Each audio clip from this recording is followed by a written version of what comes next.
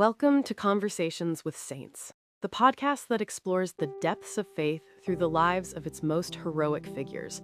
I'm your host, Vale Caritas. Today's guest is a man whose story is not for the faint of heart. He was a scholar, a priest, and one of the first Jesuit missionaries to the wilds of 17th century North America. He willingly traded a life of comfort in France for a mission field of immense danger and hardship among the Huron and Iroquois peoples. His life is a raw and powerful testament to human endurance and supernatural love. He is one of the North American martyrs. Please welcome St. Isaac Jogues. St. Isaac, your courage is almost beyond comprehension. Thank you for being here. All courage comes from God. It is an honor to speak of his work. Thank you, Francis. You had a promising future as a scholar in France. What compelled you to leave it all behind for the immense dangers of what was then called New France? The love of souls. It is the fire that animated our society. We believe that every soul is a world of infinite value, purchased by the blood of Christ. The thought of those in the vast wilderness who had never heard his name, who did not know the comfort of his love, that was a greater pull than any comfort or safety in France. We were called to go where the need was greatest, for the greater glory of God. Your mission led to your capture by a war party of the Mohawk Nation. The year you spent as their prisoner is almost too brutal to describe. They tortured you terribly, mutilating your hands. How did you endure that? Where was God in that suffering? He was closer than my own breath. They could bind my body, but they could not bind my soul's access to him.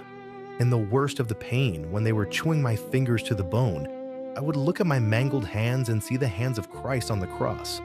I offered my suffering in union with his. The forest became my chapel. My pain became my prayer.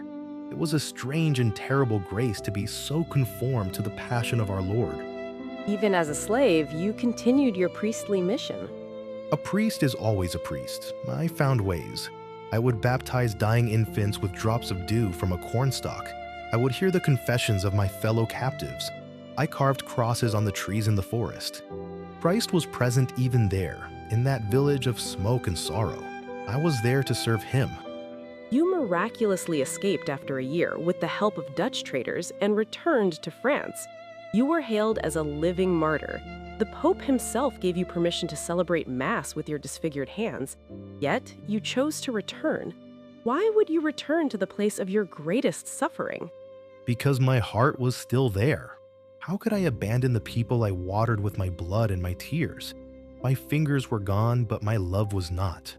The Lord had planted a seed of faith in that hard soil, and I could not leave it to wither.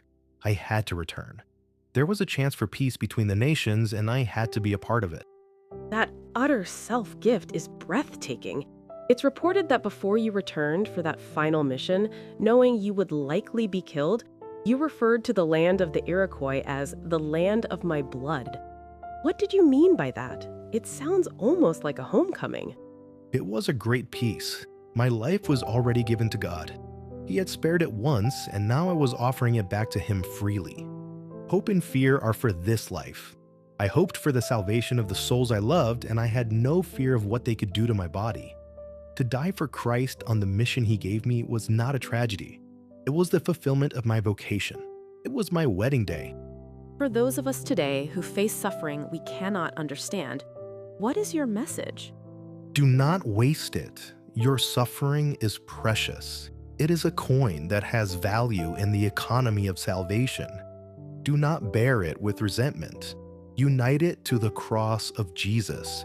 Offer it for someone else, for a loved one, for a sinner, for the world.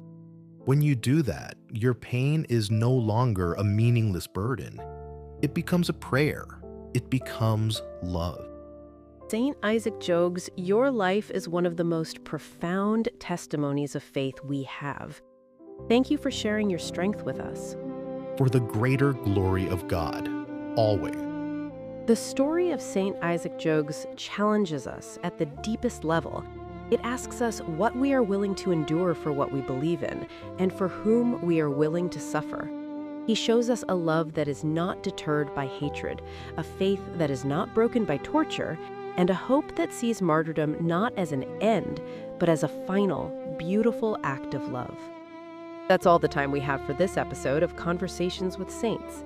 Join us next time when we'll speak with the gentle and wise doctor of the Church, Saint Francis de Sales. Until then, I'm Frances Vale Caritas. May you seek truth and may you find peace.